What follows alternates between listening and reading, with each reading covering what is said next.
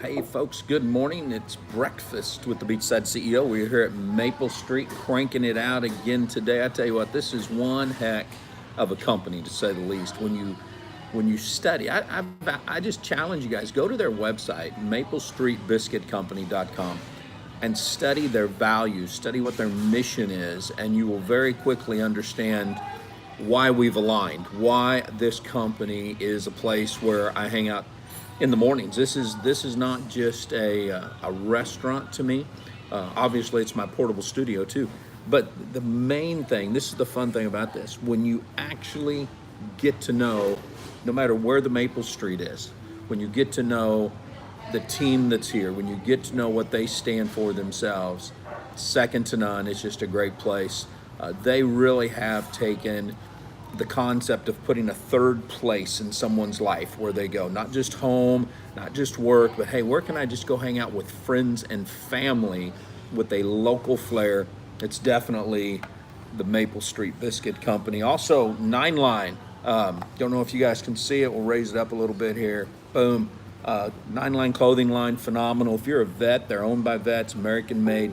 Just some powerful stuff. This is Constitution Week, so my shirt that I'm actually wearing, the back of it talks about the Constitution of the United States. And you guys know, I mean, it's everyone that watches, and we're watching the demographics, so we've got viewers from across the globe, but it's fun to see other viewers just as proud about their country. Being a proud, patriotic nationalist for your country, just excited about, that's what it's all about.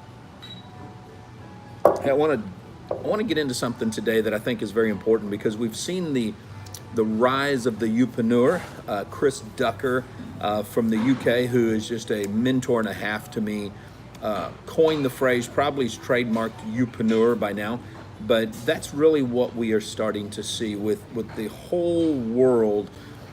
You hear about side hustles, you hear about the gig economy and all that good stuff, and personally, to me, it's about you. It is about that youpreneur. It's most of us are not going out there to be some kind of big entrepreneur. We're not going to go out there and launch something giant. And here's why I say that. It's just not in our DNA. It's not what our makeup is. Not everyone is going to have that driving force that a Michael Dell had or a Steve Jobs had or the boys over there at Google. We all start with these dreams. We all start with what we want, but we don't usually know what our value is. And a lot of times, because it is a side hustle, the goal isn't even to quit our day job. We might enjoy what we're doing. So today I want to hone that in a little bit, and I'm going to take some notes because here's something you guys, or I'm not going to take notes. You're going to need, but I'm going to go off notes. One of the things you guys need to understand is when I'm doing some of these, it's to create a new training course, or it's to dig deeper into something that we're going to be talking to some clients about or giving a presentation on. So I don't want to keep all of the nuggets. A lot of guys will just keep the nuggets of what they're doing and then say, hey, if you pay me $495 and come to my event, I will tell you all the secrets. I don't want to do that. I want you guys to be thinking this stuff through, because that makes something living. It makes it live. When you guys give me feedback, when some of you give me private messages, I'm able to say, wow, I didn't think of it like that. We need to make a tweak. We need to change. Or here's what the grassroots are saying. And I think at the end of the day, that is one of the most important pieces of being a youpreneur, is that you need to fully understand, hey, what is it that the audience needs? What is it the demographic needs that you're trying to penetrate, that you're trying to walk into? So, that's the important part. So I want to look at a few things here.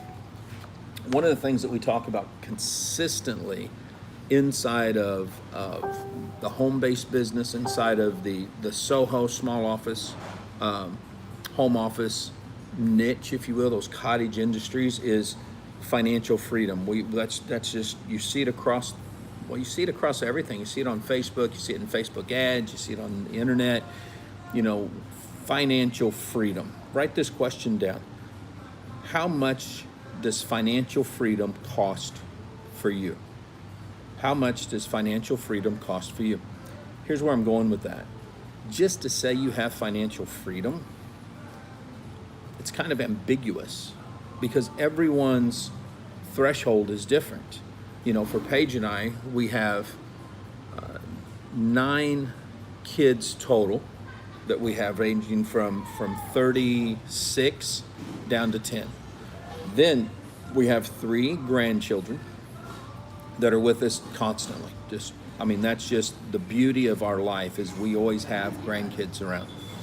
Then we have at least 3 of 3 grandkids as moms that we're helping to take care of, that are not our biological children at all. They're the mamas of these children, but they're single moms for whatever reason from our older boys. So it's like, okay, we want to take care of them. We've got our adult daughters that periodically need stuff, because one of them's in college, one of them's married, and her husband are just getting started. You guys know how it was when you were in that place. Jetty, who's 16, we went out and last year got him a couple of cars. He's got a couple of VWs that he wanted, replacing those. Now he's saying, hey, I want to go live in Australia for a year when I turn 18. So there's always the planning. Now we haven't even touched on the fact we got the health care, we got dentist, we got all the school supplies, you got gymnastics, you got art classes, you got dance. So our financial freedom threshold, how much do we need, is going to be different than yours. But we never talk about what that is. What's my value? What is the value of financial freedom? Now in Paige and I's case, we've narrowed this down pretty good, because your financial freedom value also needs to stretch past your lifetime. Meaning, if Troy passes away, how much of my income, understand, you guys all know, if you follow me for a while, Paige is a romance writer, writes for Harlequin, writes for Barber Publishing, does a lot of her own stuff, and it's in her self-publishing now because she's gotten her original rights back. We do stuff over on Amazon. So I provide a certain amount of income for the family. She provides a certain amount of income from the family. So part of our financial freedom threshold is, hey, what happens if or when Troy's no longer with us? Matter of fact, I'm going to use a living example, not giving any names. A dear friend of Jetty's and a friend of mine who's from church on Saturday passed away unexpectedly of a heart attack. Made it through the first operation, didn't make it through the second operation, gone like that. When that happens, you need to have life insurance, death protection, okay, to carry that on. That all plays into that, but you don't know how much that is until you know what your financial threshold, what is it that you need to carry on, because carrying on the lifestyle in which your family has grown accustomed is part of financial freedom. Understand, financial freedom and financial independence are 2 different things. And a lot of times we don't talk about that. We get into the rhetoric and all that of trying to build a business of some kind. We don't think these things through. And more now I'm finding that not just youpreneurs, but entrepreneurs have built these businesses that are doing $500 million a year. When you sit down and talk to them, they have no will made up, they have no trust made up, they have no succession plan made up. As a youpreneur, as somebody that's looking for a side hustle, somebody that's in the cottage industry, somebody that's in network marketing, you need to have this planned out. If you don't have your personal business plan put together, then it's hard to make it. It's hard to move forward. Matter of fact, I think, I'm going to look at one of the other notes that I wrote down on this topic today because I think this is good. You guys know that I just grew up with John Maxwell's coaching and training. His son-in-law is a good friend of mine. I've been a catalyst from the very beginning. So something that I've pulled from Maxwell that I think is phenomenal here, and I want to quote him, not quote him, but I'm going to use these. Youpreneurs fall into basically 3 mindsets, if you will. And it doesn't matter if you were a janitor at a hospital or you've been that freedom spirit freelancer your whole life. This is how we read ourselves. We either read ourselves as doing a job, hey, this is just my job, always looking for something better, doesn't matter what. Or you look at something as building a career. This is where my career is, this is what I'm doing. Or the third, and this is the one I'm going to hone in on, you're fulfilling your calling. You know what your purpose is. See, the first two don't necessarily line up with your purpose. Matter of fact, living here on the beach, I don't know how many times I've met doctors, attorneys, CPAs who open up restaurants, they open up beach shops, they open up hotels, because they say, look, man, that was what my job was, or that's what my career was, but here's what my passion is. I found so many of our boat captains down here, man, they buy a boat, they go fishing, they love it, and then they start telling their friends about it. Their friends come hang out with them, and the next thing you know, they've got a charter service started because all of a sudden, like-minded people start hanging around doing their stuff. So when you look at that, you have to know, okay, well, how am I looking at my life currently in order to know what my financial freedom quotient is? So we look at that, and then you need to look at that. Okay, how much is my financial freedom worth? What is my value to that? What is my living expenses? What do I need to look at from that standpoint? How much do I need to have in the bank if something was to go wrong today? When you look at Dave Ramsey, he calls that the emergency fund. How much do you need to have in your emergency fund? If you're a home business youpreneur, I'm going to tell you this right now. You need to have at least 6 months of full-blown living expenses setting in just a small savings account that if you need to tap it, you can tap it. That's also going to be able to help you when you're actually sitting there and saying, man, the washer machine just broke or whatever just broke. That helps you pull that in. So put on paper, okay, here's what my living expenses are. Here's what I need. Here's what I desire. And if there's an emergency that comes into play, if I pass away, here's how much life insurance I have. Here's how much savings we have in the bank. Because what that does is that gives you the baseline. I think Paige and I have come up with a baseline, and I'm not, this isn't for everybody, okay? But we know based on where our net worth is today, based on what our living expenses are today, based on what we believe our adjusted gross living, adjusted gross living expenses will be in the future. Kids going to school, kids going to Australia, underwriting that, helping mothers, helping the sons, whatever the case is. We know that, okay, for if something happened to Troy today, then Paige needs to have liquid assets of around $2 million. That liquid assets earning about 4 to 5% a year. You can do that in a variable annuity easy because some years would be higher, some would be lower, but you know what the baseline is. That would give her what she needs to continue to live in the lifestyle she's grown accustomed to, as well as make sure that there's money growing to continually go up for the kids and whatever those expenses are. Now, a lot of people don't think this through, and I suggest a good friend of mine, feel free to tell him that I sent you over there. He's my asset protection and my, I don't know what else he calls himself. It's just my asset protection attorney, Scott Burnett and Associates. No, I don't have an affiliate link or anything. He's taken care of everything I've done, takes care of a lot of my clients, corporate and individual. Scott looked at everything and said, look, you need to set up a domestic asset trust. You need to put your assets over here. This is going to protect. This is going to allow you to grow, put your money where you need to do and not have to worry about lawsuits, not have to worry about XYZ. And it's great for tax planning as you pass the baton, if you will, on. So there's a lot of things that you will grow into. But for Paige and I, knowing what that baseline is, if I pass away, if she passes away, the baseline isn't much different. I need about $1 million sitting there versus $2 million to be able to continue that growth pattern that's needed. Not touching the principal, the growing. Now, the net worth that she would have at that time is substantially higher than what the liquid financial freedom quotient is.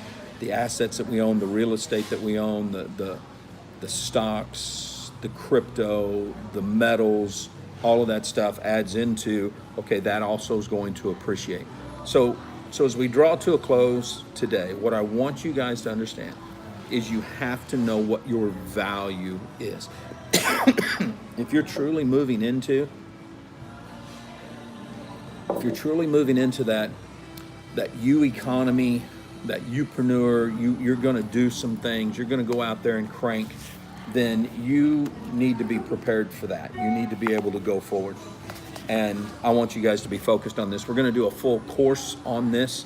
When the website launches, we will have one on financial freedom, understanding. I think the team's putting together some worksheets that you'll just be able to go in and use down the road when that. Hey, as we draw to a close, these are 8 side hustles that most people are not thinking about. So if you're at your full-time career, your job, you're wanting to move into something on the side, try to get your feet wet, you're not into the network marketing thing, you just want something that feels good. Number one, look at what you're currently doing and what do you love to do. Because the fact of the matter is, even when we set out here about financial freedom, when we look at retirement, doesn't matter what it is. Look, most of us aren't going to quit working. What we're going to do is do something we like. Harry Wilkes, who's a dear friend of mine, just called me. Harry's in his 70s, and he's always doing a side hustle, whether he's working with his son at the carpentry shop, whether he's doing something. He's a agent over at David Allen Capital, so he's out there hustling, talking to business owners all the time. Doesn't matter what, he's always got a side hustle, even at 71. Totally retired from the military. His wife's a retired school teacher. They're still doing stuff on the side. That's just the way our life is. So that's just going to be a given. So here's what I want you to look at.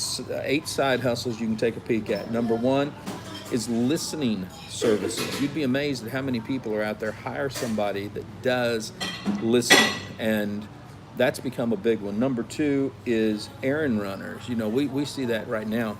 Now in our neck of the woods, Publix, which is one of the grocery stores, has just done what Walmart and all these big companies done, and they now have a delivery service. So we go online, Paige will order the food.